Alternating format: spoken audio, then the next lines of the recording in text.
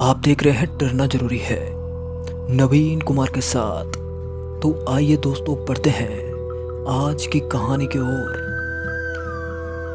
दोस्तों मेरा नाम मुकेश है और मैं उत्तर प्रदेश का रहने वाला हूँ। आज मैं आप लोगों को अपने जीवन की ऐसी अजीबोगरीब घटना से रूबरू कराने वाला हूँ जिसे सुनकर आपको डर का एहसास जरूर होगा।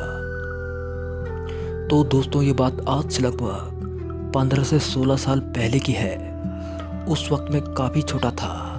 मेरी उम्र उस समय लगभग यही कोई 14-15 साल रही होगी।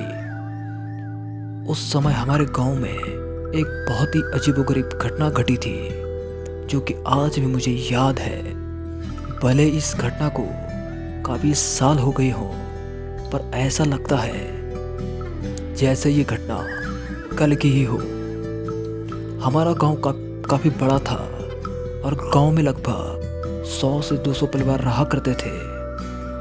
उस समय गांव में काफ़ी चहल पहल भी रहती थी।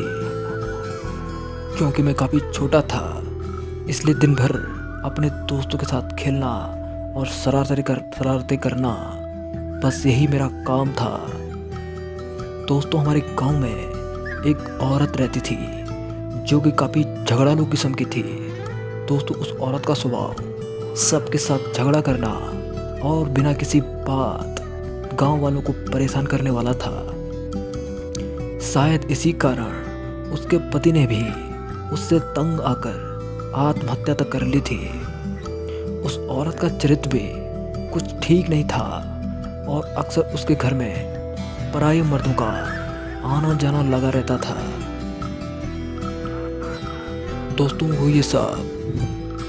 वो ये सब काम खुलेआम करती थी, जिस कारण गांव का माहौल काफ़ी खराब होने लगा था। वो गांव के मर्दों को भी फंसाने लगी थी। दोस्तों अपने इन घिनौने कारनामों के कारण उसने काफ़ी पैसा भी बना लिया था। दोस्तों उस औरत में न जाने ऐसा कौन सा जादू था कि गांव के ज़्यादातर मर्द उसे अपने चंगुल में फंसा लिए थे। वे लोग अपना घर परिवार की चिंता छोड़कर अपना ज़्यादातर पैसा या तो शराब पर खर्च करते थे या फिर उस औरत पर। गांव वाले उस औरत को कुछ भी कहते तो वो उन्हें बहुत बुरा भला सुनाती थी और कहती थी कि ये मेरी ज़िंदगी है और तुम्हें मुझे कुछ भी कहने की कोई ज़रूरत नहीं है। कोई भी उस औरत के मुंह नहीं लगना चाहता था। दोस्तों उसकी इस हरकतों ने पूरे गांव के नाक में दम कर रखा था। सब कुछ यूं ही चल रहा था कि एक दिन अचानक गांव वालों को पता चला कि इस औरत की किसी ने उसके घर में ही हत्या कर दी है। दोस्तों उस औरत को बहुत बुरी तरह से मारा गया था। उसके शरीर पर चाकू के कहीं वार किए गए थे और सर पत्थर से कुचल दिया गया था। उसकी ये भयानक मौत देखकर गांव वालों की रूह कांप गई थी। उसके हत्यारों का भी कभी पता नहीं चल सका, लेकिन उसकी हरकतों के कारण किसी को भी उसकी मौत का ज़्यादा अफसोस नहीं था। एक तरीके से गांव वालों ने राहत की सांस ली कि अब गांव का माहौल ठीक रहेगा। लेकिन ये तो बस शुरुआत थी। गांव वाले अब इससे बड़ी मुसीबत में पड़ने वाले थे। उस औरत के आगे पीछे कोई भी नहीं था, इसलिए गांव वालों ने उसकी लाश को बिना जलाए दफना दिया और जल्दी ही लोग उसे भूल गए। हमारे गांव के चौकीदार सुरजू काका, जो कि रात को गांव के खेतों की रखवाली किया करते थे, एक रात को जब सुरजू काका खाना खाकर रात को चौकीदारी के लिए जा रहे थे तो रास्ते में उन्हें अचानक एक औरत दिखाई दी। एक बार तो उस औरत को देखकर काका थोड़ा सकपका गए, लेकिन हिम्मत जुटाकर जोर से बोले, अरे कौन है वहाँ? इतनी रात को वहाँ पर क्या कर रहे हो? दोस्तों उस औरत ने कोई भी हलचल नहीं की। वो ऐसे खड़ी थी जैसे उसे कुछ सुना ही न दिया हो। जब काका से रहा न गया तो वो उसके पास गई और उसके चेहरे पर टॉर्च मार दी। तो सामने का नज़ारा देखकर सुरजू काका की आंखें फटी की फटी रह गई, क्योंकि सामने वाली वही औरत थी।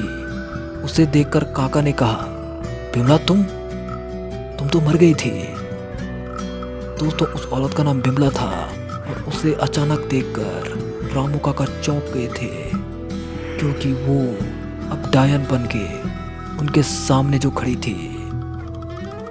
सुबह हम सबको काका बेहोश मिले और उसके कपड़ों पर लाल रंग का सिंदूर पड़ा था।